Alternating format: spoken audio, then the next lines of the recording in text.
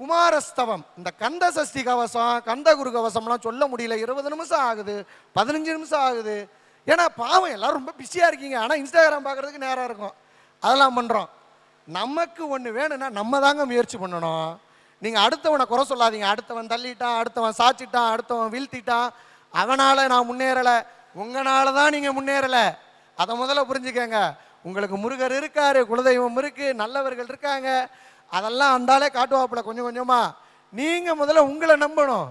எனக்கு இது வராது, என்னைய கூட தான் சொன்னாங்க நடிப்பு வராது, என்னைய கூட தான் ஹீரோ ஆக முடியாது, நான் இன்னைக்கு ஹீரோவாக தான் இருக்கேன், அடுத்த சீரியலுக்கு ஹீரோவாக தான் பண்ண போகிறேன், எல்லாமே நடக்கும். நீங்கள் ஒரு விஷயத்தை தேடி போக வேணாம், நினைச்சாலே போதும்.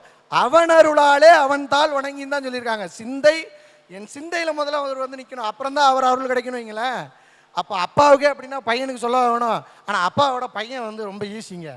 அது நான் இன்றைக்கி சொல்கிறேன், சின்ன பிள்ளை தான் அவருக்கு ரொம்ப பிடிக்கும் முருகருக்கு, எல்லாரையும் பிடிக்கும் முருகருக்கு. அதனால் நீங்கள் என்ன பண்ணுங்கள், குமாரஸ்தவத்தை சொல்லுங்கள். 1 நிமிஷம்தான் ஆகும். ஓம் சண்முகபதையே நமக, ஓம் சண்மதபதையேன்னு ஆரம்பிக்கும். சொல்கிறதுக்கு முன்னாடி தயவு செஞ்சு பாம்பன் ஐயாவை நினச்சிக்கோங்க. ஐயா பாம்பன் குமரகுருதாசரே. ஏன்னா டீச்சர்கிட்ட என்ன தான் நம்ம வந்து தப்பு தப்பாக எக்ஸாமில் எழுதி அனுப்பிச்சாலும் அவங்க நினச்சா பாஸ் போட்டுருவாங்க. அது மாதிரி தான் குருமார்களை சாதாரணமாக நினச்சிடாதீங்க. ராகவேந்திர சுவாமியாக இருக்கட்டும், சாய்பாபாவாக இருக்கட்டும், உங்கள் குரு யாராக இருக்கட்டும், பெத்த அம்மா அப்பாவை கூட குருவாக நினைக்கலாம், தப்பே கிடையாது. நம்ம வீட்டிலே சாமி வச்சுட்டு ஏன் வெளியே போகணும், அவங்களே குருவாக நினைக்கலாம். ஆனால் அந்த குருவை ஏன் நினைக்கணும்னா, நமக்கு வரக்கூடியதை என் புள்ள தம்பி என்னை தள்ளினாலும் என்னை தள்ளுக, என்னை நம்பினோரை தல்லேல்னாரு பாம்பன் சுவாமி.